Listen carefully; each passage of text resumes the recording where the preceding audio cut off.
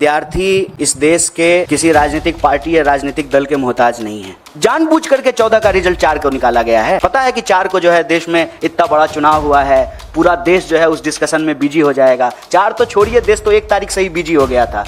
Exit poll पे ही जो है डांस ऑफ डेमोक्रेसी हो रहा था। डेमोक्रेसी तो लोगों से ही बनता है ना, और हम सबका, आपका, हमारा, सबका भविष्य तो हमारे बच्चों से है। और सुप्रीम कोर्ट अगर चाह लेगी तो बताइए, रात को 12 बजे जो है कोर्ट खोल करके लोगों को बेल दिया जा सकता है। तो क्या इस देश के बच्चों के भविष्य के लिए जो है तुरंत जांच नहीं हो सकती है? चुनाव पर चर्चा करने की बजाय, सरकार बनेगी कि नहीं बनेगी इसकी चर्चा करने की बजाय, अगर हम नीट के सवाल को प्राथमिकता दे रहे हैं तो आप हमारा कंसर्न समझ सकते हैं। जैसा कि आप पढ़े लिखे आदमी हैं, खुद ही एग्ज़ाम दिए हैं, तो आपको तो मालूम है। तो अब सब लोग यहाँ पढ़े लिखे लोग हैं, एग्ज़ाम देते रहे हैं। ये जो वक्त है, ये एग्ज़ाम का रिजल्ट आने का वक्त है, और जुलाई से लगभग देश में हर कोर्स का नया सेशन शुरू हो जाता है। हम खुद पढ़े लिखे हैं तो हमको अनुभव है। हमको लगता है कि इसको जल्द से जल्द करना पड़ेगा, क्योंकि अगर इसको जल्द से जल्द नहीं करेंगे तो फिर सेशन लैप्स कर जाएगा। और ख़ास करके हम बिहार से पढ़ के आए हैं, तो हमारे यहाँ ग्रेजुएशन जो है 3 साल का 5 साल में होता है। इसी चक्कर में कि सेशन जो है, मान लीजिए 7-10 का है, जुलाई से पहले रिजल्ट नहीं आया तो 10 से 12 का जो एमए का सेशन है उसमें एडमिशन नहीं हो पाएगा। तो समय बहुत महत्वपूर्ण है। इसीलिए इस बात की गंभीरता को समझते हुए इमीडिएटली हम लोग इस सवाल को उठाए हैं, और सिरे से आउटराइटली री एग्ज़ाम की बात नहीं कर रहे हैं। हम भी उस वक्त की नज़ाकत को समझते हुए ही यह बात कह रहे हैं। लेकिन जो लोगों की शिकायत है उसको इमीडिएटली जो है उसको एड्रेस किया जाए। और सुप्रीम कोर्ट अगर चाह लेगी तो बताइए, रात को 12 बजे जो है कोर्ट खोल करके लोगों को बेल दिया जा सकता है। तो क्या इस देश के बच्चों के भविष्य के लिए जो है तुरंत जांच नहीं हो सकती है? इसके लिए तो बस इच्छा शक्ति की ज़रूरत है और प्रायोरिटी की ज़रूरत है। अब प्रायोरिटी डेमोक्रेसी की अगर सिर्फ यही है कि जो है कौन किधर आया, कौन किधर गया, कौन किसको समर्थन दिया, कौन किसको समर्थन नहीं दिया, अगर यही शोरगुल चलता रहेगा, और मैं इसीलिए टाइमिंग पे सवाल उठा रहा हूँ कि जानबूझ करके 14 का रिजल्ट 4 को निकाला गया है। पता है कि 4 को जो है देश में इतना बड़ा चुनाव हुआ है, पूरा देश जो है उस डिस्कशन में बिजी हो जाएगा। 4 तो छोड़िए, देश तो 1 तारीख से ही बिजी हो गया था। एग्जिट पोल पे ही जो है डांस ऑफ डेमोक्रेसी हो रहा था। तो अभी भी जो है वही चल रहा है। तो हेडलाइन में इसको जो है प्राथमिकता मिलेगी नहीं। लेकिन हम कहते हैं कि डेमोक्रेसी तो लोगों से ही बनता है ना, और हम सबका, आपका, हमारा, सबका भविष्य तो हमारे बच्चों से है। अगर हमारे बच्चे परीक्षा के दबाव में आकर के, जिसमें उनकी कोई गलती नहीं है, आत्महत्या कर रहे हैं, इससे दर्दनाक बात क्या हो सकता है? और इससे ज़्यादा ज़रूरी बात भी कुछ नहीं हो सकता है। इस पर जो है तुरंत कार्रवाई करनी पड़ेगी, क्योंकि सेशन शुरू होने वाला है। तो ये सारी प्रक्रिया जो है तुरंत शुरू करना पड़ेगा। 24 लाख से ज़्यादा लोग, ज़्यादा स्टूडेंट जो हैं वो एग्ज़ाम में अपीयर हुए हैं। इसीलिए हम कह रहे हैं कि इमीडिएटली री एग्ज़ाम करने में प्रॉब्लम हो सकता है, लेकिन जिनके इशूज हैं, जिनके कंसर्न हैं, उसको इमीडिएटली जो है एनटीए एड्रेस करे, और साइमल्टेनियसली जो है सुप्रीम कोर्ट की निगरानी में जांच हो। क्योंकि मामला इस साल का नहीं है, और मामला सिर्फ एक एग्ज़ाम का नहीं है, इसको समझने की ज़रूरत है।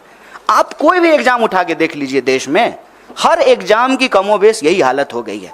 आप देखिए कि ग्रुप डी का भी अगर एग्ज़ाम होता है रेलवे का, तो रेल में चढ़ने के लिए, ट्रेन में चढ़ने के लिए जगह नहीं होती है। मंदिर, मस्जिद, गुरुद्वारा, धर्मशाला, प्लेटफॉर्म, कोई ऐसी जगह नहीं है जहां बच्चे जो हैं वो गमछा डाल करके सो नहीं रहे। देश में होने वाले किसी भी एग्ज़ाम की हालत आप देख लीजिए, किसी भी एग्जामिनेशन सेंटर के बाहर जा करके देख लीजिए। ये एक देश के लिए गंभीर विषय है। समय की नज़ाकत को समझते हुए इसको तुरंत करना चाहिए, ये हमारी मांग। देखिए, एक अव्वल तो ये जान लीजिए कि विद्यार्थी इस देश के किसी राजनीतिक पार्टी या राजनीतिक दल के मोहताज नहीं है। और मैं आपको पीछे हुए 4-5 आंदोलनों का एक उदाहरण दे सकता हूँ। कोई लीड नहीं कर रहा था, चाहे एसएससी का मामला हो, अग्निपथ का मामला हो, किसी भी एग्ज़ाम में जो गड़बड़ी हुई है या गलत नीति सरकार लेकर के आई है, उसको कोई पॉलिटिकल पार्टी लीड नहीं कर रही थी। साइमल्टेनियसली जो है, क्योंकि जिसका जीवन उससे जुड़ा हुआ है, जिसका पूरा का पूरा भविष्य उससे जुड़ा हुआ है, उसके पास सड़क पर निकलने के अलावा कोई रास्ता नहीं बचता है। तो पॉलिटिकल पार्टी के मोहताज नहीं है। लेकिन उन विद्यार्थियों को हम ये कहना चाहते हैं कि इस देश की जिम्मेदार विपक्ष होने के नाते, इस देश की सबसे बड़ी विपक्षी पार्टी होने के नाते, इस देश का one of the biggest student organisation के बिहाफ पर हम आपको कह रहे हैं कि स्टूडेंट को हम साथ देंगे। और हमारे लिए एक गंभीर विषय है, चुनाव पर चर्चा करने की बजाय, सरकार बनेगी कि नहीं बनेगी इसकी चर्चा करने की बजाय, अगर हम नीट के सवाल को प्राथमिकता दे रहे हैं तो आप हमारा कंसर्न समझ सकते हैं। हमारी सरकार नहीं बनी है, ठीक बात है। हमारी सरकार अगर बनी होती तो ये प्रेस कॉन्फ्रेंस करने की ज़रूरत ही नहीं पड़ती। हम प्रेस कॉन्फ्रेंस तो इसीलिए किए हैं ना कि आप लोगों के माध्यम से हमारी बात सरकार तक पहुँचे और हम इस देश के विद्यार्थियों के बिहाफ पर जो उनके डिमांड हैं वो सरकार तक पहुंचाने की जोरदार तरीके से कोशिश कर रहे हैं। प्रदर्शन के मामले में आपको मैं बता दूं, ऑलरेडी कई जगह पे प्रोटेस्ट हो रहे हैं। हमारा जो है, हमने जो कंसर्न स्टूडेंट्स हैं उनसे बात की, उसमें से कुछ लोग ऑलरेडी कोर्ट मूव कर गए हैं। तो जब वो ऑलरेडी जो है पेटिशनर बन गए हैं तो हम लोगों को जो है उन्हीं के साथ हैं। हम लोग जो है अलग से पेटिशनर नहीं बन रहे हैं, उनके साथ रहेंगे। और दूसरा ये कि हम तुरंत जो है एनटीए के साथ जो है एक डेलीगेशन भी मिलेगा और जो विद्यार्थी इस आंदोलन कर रहे हैं उनके साथ हम पूरी तरह से खड़े हैं और हमारा पूरा नैतिक समर्थन है। सर, लगातार जिस तरीके से नीट के एग्जाम में हम देख रहे हैं गड़बड़ी हुई है, इसमें बहुत सारे ऐसे बच्चे हैं जिनके पास टाइमिंग का इशू रहा होगा, जो एग्जाम के लिए अपीयर किए होंगे, काफ़ी सालों से भी कर रहे होंगे, तो उनकी भी कुछ मांगी होंगी, उसके लिए आप क्या कुछ कहना चाहेंगे?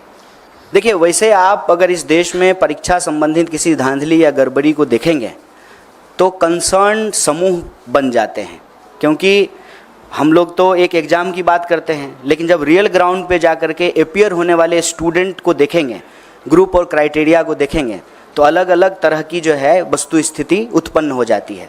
मान लीजिए जिनका लास्ट अटेम्प्ट है या जिनका एज का बात है तो उनका रहता है कि हम री एग्ज़ाम कराएं।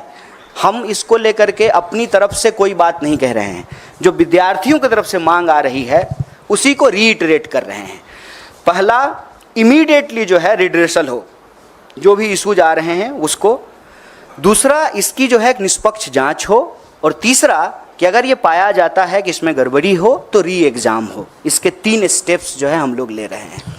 और वो जो इशूज हैं आपके, उसको संबंध में भी आपको बता दें कि एक बार अगर सरकार बात को मानने के लिए तैयार होती है तो एज क्राइटेरिया को भी रिलैक्सेशन दिया जाता है और अटेम्प्ट का भी जो है रिलैक्सेशन दिया जाता है। मैं आपके सामने यूपीएससी का ही एग्जाम्पल देता हूँ।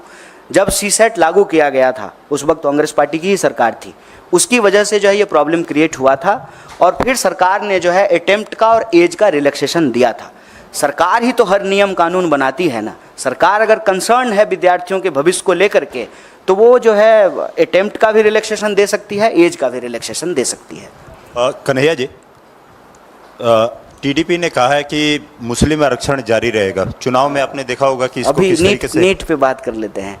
हालांकि ये सवाल जो है ना प्रधानमंत्री जी से पूछना चाहिए कि जो अपने भाषणों में सबसे ज़्यादा इस बात को बोले हैं और उससे ठीक कॉन्ट्राडिक्टरी बात करने वाली पार्टियां उनके साथ है। सिर्फ टीडीपी की बात नहीं है, जेडीयू भी है, वही पोजीशन है, टीडीपी भी है, जेडीएस भी है। इनफैक्ट आपको मालूम है कि कर्नाटक में जो है जेडीएस ने ही सबसे पहले इसकी शुरुआत की थी। तो ये सवाल मेरे ख्याल से भाजपा के प्रवक्ता और आदरणीय प्रधानमंत्री जी से पूछा जाना चाहिए।